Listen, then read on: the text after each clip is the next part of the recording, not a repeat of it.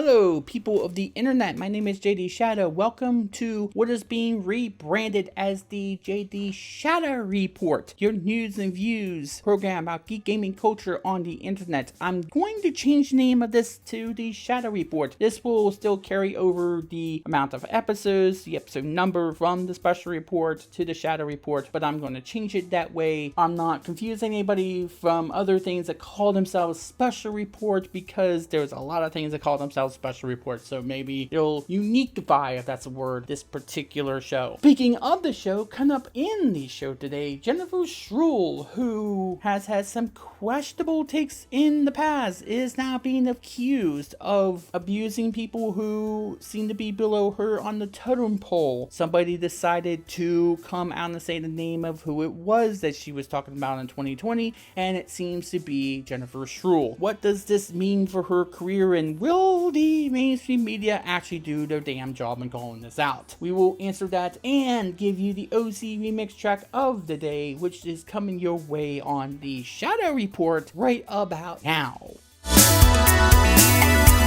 You may remember of a video game developer who was once employed by ArenaNet but has been let go, named Jennifer Scheurle. She is the person, I hope I'm getting the name right, I'm not sure if I care if I'm getting that name right, but if you remember, she was the one that posted this tweet in which she basically was condemning men who had receipts that showed they were innocent in allegations of misconduct of a lewd nature. And she got put through the ringer for that, and in response to that, she had decided that she was going to have thin skin and block everybody who dared to critique her in that sentiment. She had blocked me, but there are other ways around a block. You know by now that those people who block people on Twitter in order to protect their own echo chamber, that doesn't work well for them. And I am really upset that Twitter will not do anything about this whole idea of blocking somebody to protect their echo chamber. I think Twitter should limit the amount of people that one can block at any one time. That way there is less of an incentive for people to go do this. Now, there's some flaws in the execution of something like that. Of course, you gotta do it right, so those people who are blocking other trolls and vitriolic people and people who are threatening other people can still get their comeuppance, but at the same time address this situation that Twitter seems to continue to find themselves into and will think that everything's a-okay. However, Jennifer Scheurle is now in a bit of hot water once more, because there is now an allegation that was levied against her that actually was back in 2020, back in June of 2020, and the person who levied that accusation didn't reveal the name until yesterday. Her name, according to her Twitter handle, is Nani Ock, and she goes by the Twitter handle Nons. Now, keep in mind that these are just allegations, and allegations are not convictions of any sort of nature, but there seems to be a bit of corroboration now as I record this as to behavior of Jennifer Scheurle. Now, I'm going to read you the quotes that she had given in these tweets, and these are the tweets that she posted back in 2020, and then I'm going to read for you the tweet that brought everything full circle as it pertains to now. Here's what she said back in June of 2020, quote, "A well-respected woman in game development manipulated and essentially groomed me," her words. "Publicly, she said all the right woke things and appeared to be an ally, but in reality used so many of the abuse tactics she preached against. She tried to isolate me from friends, all while telling me how much we were alike. She victimized herself constantly to be above criticism. If she needed something, she was my best friend, but if I asked her for something, I get the coldness or even the silent treatment. She claimed she wanted to lift up other women, but really she was happy with their successes as long as they didn't climb above her. She spread rumors about other women she saw as rivals. She preyed on junior women because we were easier to manipulate and mold. I remember once asking her if she'd help me with a nomination I'd make for another junior woman in games by writing a testimony since they were friends. She refused and her response felt cold. I remember thinking I must have done something wrong. Now I think she was just jealous. Whenever I would start to doubt her, there were moments I can now recognize as hoovering or love bombing. She made me feel special and reinforced how alike we were that it made any doubts evaporate. It made me believe that I must have been in the wrong to ever doubt her to begin with. When I finally cut her off, she played the victim and appealed to some of my friends, damaging those relationships with lies. It significantly impacted my mental health, where I was terrified that the power she could wield over me. There's more stories, but I'm not ready to share them yet. I know she hurt other people too. I wish I was brave enough to name her, but I am not. Please don't DM me asking me to either. If you've ever been a victim of grooming or abuse, please know that you're not alone, and no matter what they tell you, it's not your fault. Now, she had posted this in June of 2020, and at that point in time, she was scared to name her abuser. However, this is the tweet that brought everything into full circle. This is the one that she posted yesterday. Suddenly, she came back and said, quote, "The woman I'm talking about here is Jennifer Scheurle," the same person that we've been talking about, and the same person that posted the tweet condemning men who had receipts to show that they were innocent in their specific individual cases. Now, it is important to note that Jennifer Scheurle, according to Nani Ok, is the chair of the IGDA Women in Games Special Interest Group, and she had called out the IGDA as to why she is continuing to be on a high-ranking position at that organization when she is being accused of this sort of guard. And keep in mind that these are just accusations. She has the right to defend herself. Jennifer Scheurle has the right to defend herself, though as of the time of this recording, she has yet to do so. She has not posted on her Twitter account as of yesterday about this accusation. But like any man has the right to defend himself against any accusation, Jennifer Scheurle and any woman should have that same liberty in order to do so. However, this is something that has the capacity to blow up if the mainstream media and people who are supposed to take the more powerful into checks and balances will do their job. However, I am not holding my breath for anybody in those fields, especially certain people, one of them named Jason Schreier, to actually do that sort of thing, because she is a high-ranking person. This has nothing to do with whether or not you're a man or a woman. This has something to do with whether or not you hold a higher position or are of an upper class and are a higher class than your inferiors, your people who are just playing the games, who are lower on the totem pole than you. That's what this is all about. Nani Ok, assuming that this is factual and there are corroborating people who are saying similar stories, and this kind of fits the profile of somebody who is a serial abuser. Now, I'm not saying that it is of a lewd nature. Remember that Nani Ok came out and said that perhaps she used the wrong word, grooming, in order to describe what was going on. She might have thought of a different definition of what that meant than what we usually apply that to. However, this does fit the profile. This does fit what we've heard about several other people who have been harassed, who have been abused, who have been held down to somebody who felt like they were above them in a sort of upper class to them. And to think that this was the same person that called out a 2015 Xbox company party for hiring go-go dancers, somebody who had called out Nolan Bushnell in the past, and who had attempted to slander Tim Surratt and saying that he should not be covered and his game last night should not be covered because he had shown that he was for transparency in mainstream media and there should be disclosure and stuff like that. Apparently she is not for that, because quite frankly, if she was for that, it would expose stuff like this. It does seem as though this is kind of pattern that she had been showing here. Now, assuming this is true, and like I said many times before, we should always give somebody the chance to respond, but it seems corroborating evidence shows that perhaps there's something to these stories, then this would put sort of a black eye to what she's been trying to say, and it might make sense as to why she would be saying that, because she didn't want anybody to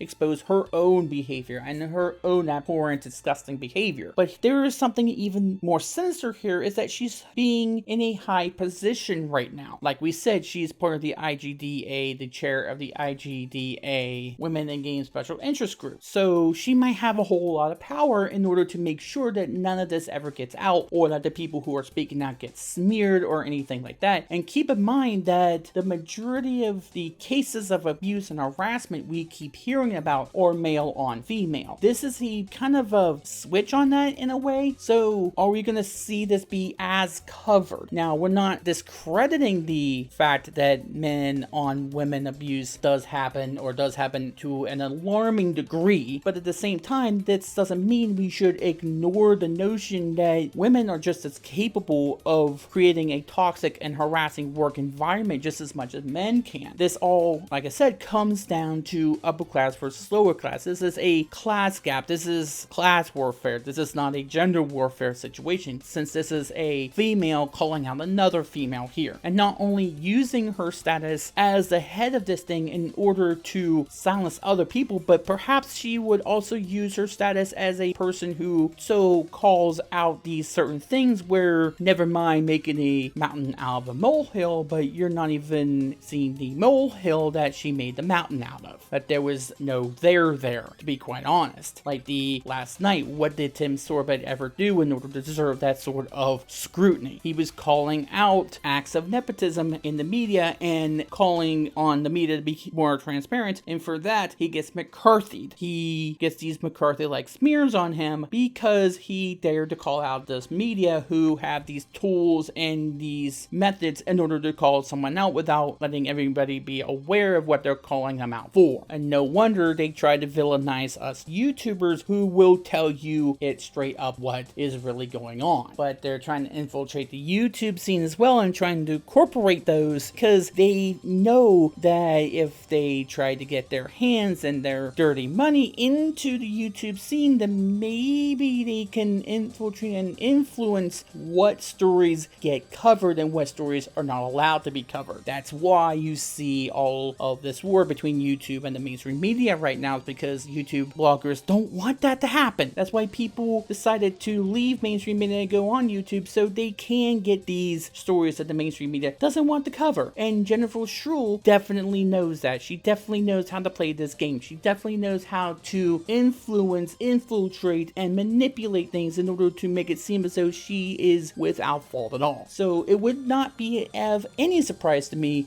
if she tried to influence, infiltrate, and manipulate people into doing her bidding, and the second that anybody asks for her to help, that she just turns a blind eye or gives the cold shoulder or something like that, and to keep people held down when they are not deserving to be held down, and are deserving of promotions, are not deserving of higher pay, and are deserving to be recognized, and to not be held down just because you don't have the right friends, or you don't have the right connections, or you don't have the right way of thinking, whether or not you're a liberal or a conservative. That should not matter in the world of gaming. It should matter whether or not you have the right talent. It shouldn't matter what gender you are. It shouldn't matter what orientation you are. It shouldn't matter what binary or non-binary identity you hold or anything like that. And it shouldn't matter your political stance on any of those other issues. Your talent and your ability to create good games that people will want to buy, good products, or if you are willing to help other people out in their dreams and their ambitions, that should be what matters. And if you are easy to work with, if you're not toxic, that should be what matters. Not if you are keeping the quote-unquote right people close to you, or if you have the right friends who can give you a good word when you don't really deserve it, like Jennifer Scheurle has. What has she ever done right now to deserve the position that she has? There are several women who are in the game industry who have worked their asses off, who don't get even half of the opportunities to move up in positions and in power that Jennifer Scheurle obviously has gotten. And maybe now we know why. It's because she has manipulated not only the people below her, but also the media in order to give her a severe degree of favoritism. And if she is trying to ruin careers of those people who do not deserve to have their careers ruined, who are trying to work their asses off in order to show us that they know what they're doing, and if she is being ultra toxic about it, then we need to call this out. And the mainstream media has a obligation to call stuff out like this, and they should not put friendship before obligation and doing the right thing. And the fact that Reset Era is a site that has not even made a thread about this yet. No, they have not done so. Shows you just where the priorities of the more mainstream outlets. Remember, Reset Era is seemingly funded by Tencent, apparently, because they censor anybody who dares to call out the CCP. This should show you just where the priorities lie. When Reset Era is in no hurry to condemn Jennifer Scheurle, but they were working their due diligence to deplatform Angry Joe if he tried to defend himself in any sort of way, and use that as a cover as to why they banned him because he gave Last of Us 2 a 6 out of 10. You know exactly how this may turn out. No wonder people go to YouTube more so than to print media for their coverage of these kinds of issues. We will be checking up on this story, and we are not going to let go until justice is served. Again, these are allegations. I want to specify that one more time, and I want to make it abundantly clear that everybody has the opportunity to respond and to defend themselves against these kinds of accusations, because these are kind of serious allegations. However, it would not surprise me in the slightest if Jennifer Scheurle was involved in this sort of behavior. After all, we've seen the evidence that she is involving herself in other forms of toxic behavior, so why not we include this too? Now, as soon as I got done recording that, I decided to start to get all the stuff I needed to put into the video, and when I went to look up Jennifer Scheurle's Twitter account, again, there's more than one way to get past a block on Twitter, which is why it doesn't really work if you want to keep an echo chamber going. I find that she had actually responded to this, and I didn't want to disclude this, and I didn't want to have something I post after she had posted this to be without this, so I do want to bring this up that she has responded to Nani's account with quotes, "By now you've probably read Nani's account of the harm I have caused her and others. I have always tried to embody the value of believing victims, and this does not change with the accused being myself. Many people I love are hurting, and I wish to not bring any more harm to any of you. I'm sorry for any harm I have caused Nani and others, both past and present. As a teacher, I have let her down, and as an advocate, I have let down an industry I deeply love. As part of what I believe in, I will act in accordance to the wishes of the people I have harmed. I'm grateful to the IGA and their ethics committee. I believe in their process, regardless of their decision to dismiss the claims against me. I will step down as the IGDA WIGSIG chair immediately as I feel I have lost too much of the trust of the community. I will also retract all my ongoing nominations for awards, upcoming speaking and writing gigs, and won't seek or accept any for the time being. I will refrain from advocacy work,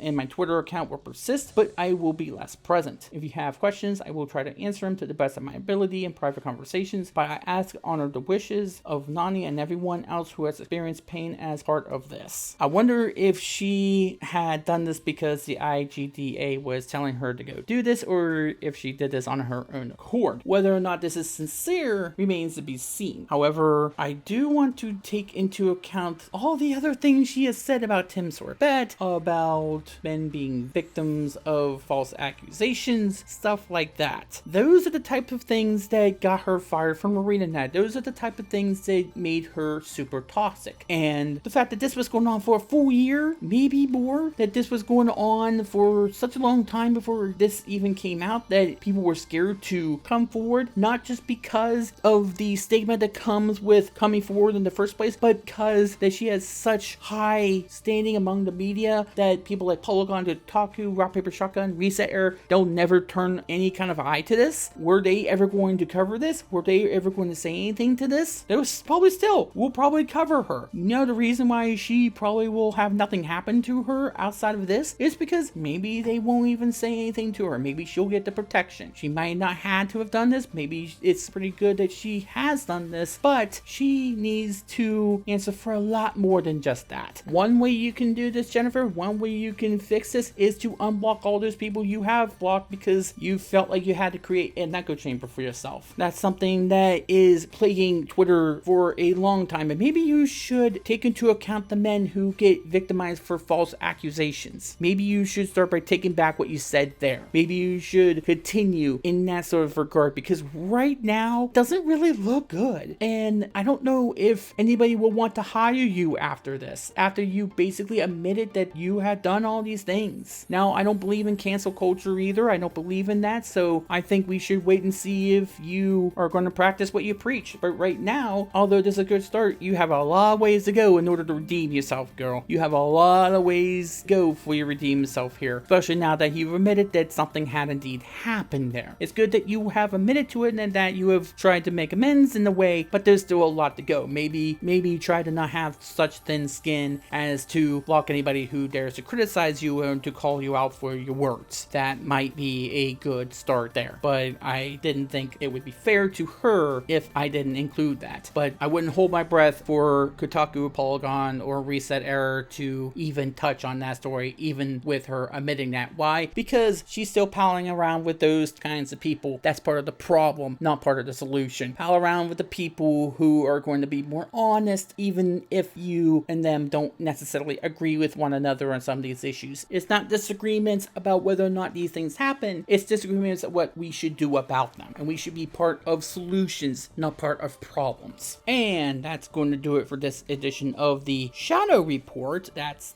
right now, the tentative name of what I might be calling this from here on out. I hope you enjoyed that name. I hope you liked that name. Maybe it'll give people who are trying to view this on YouTube, who are trying to find it on YouTube, a bit of an easier time in order to find it. We'll keep the number of the episodes going from the Special the Shadow Report. We'll keep that going. Also, to the people who are asking about the Miraculous reactions, yes, I am hearing you. Yes, I do read those comments, and I am going to be giving you some info maybe in the coming days about what might be happening, because I think I need to restructure some things in the way that people can find the reactions a little bit easier without YouTube freaking out because of the varied content I have on this channel. Maybe some separation of the content onto different channels is the way to go, so the YouTube algorithm doesn't freak out anymore. But once I get things situated and once I get things sorted out, I will inform you about what is going on. There's a lot of different projects I want to do right now, that I want to try to get going, that I want to try to focus on. That is one of them. I do hear you. I am so far behind on the series. I'm so far behind on a lot of things I've been wanting to do. So in the coming days, I might be posting a video concerning what could be happening. I got to get things situated. There's a lot of things I got to start doing about this channel, and one of them that I need to do is to give you an OCRemix track of the day, because Shadow Report will still be doing this. And I thank, first of all, OCRemix.org for not striking me down for doing this, and second of all, for those people who might be looking at this like, hey, Total Biscuit used to do this, why are you doing this? Thank you for understanding. Thank you for knowing why I do that, and I've been carrying on that legacy. I've been carrying on that tradition. Anything to keep the guy's name in people's memories, to remember what he had done to help out the video game industry.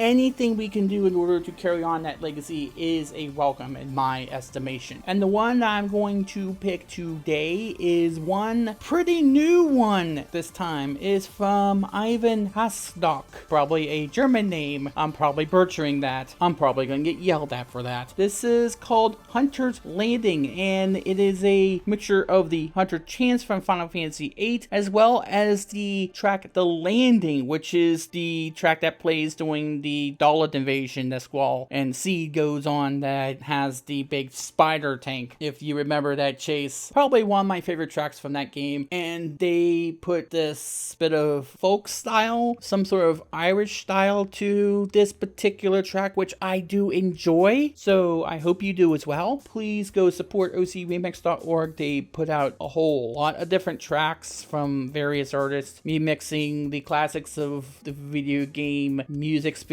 Thank you very much for watching. Be sure to like, comment, share, subscribe for more geek gaming culture. I wish I could put things out every single day. However, I do have other things I'm doing on the side, so I'm going to try to do things as much as I possibly can. Again, I will talk to you guys in a later date about what could be happening to the channel. I need to figure out how to separate things to where the YouTube algorithm does not screw me over. And yes, I am I'm hearing you on the Miraculous reactions. Where are they? I haven't done one since Miraculous, and I do want to get back to doing them at some point in time. I just need to find a way for you to be able to locate them without the YouTube algorithm getting in the way. That is the goal right now, and I will give some information on that in the coming days. For right now, OCRemix.org, do your thing. My name is JD Shadow. That just happened.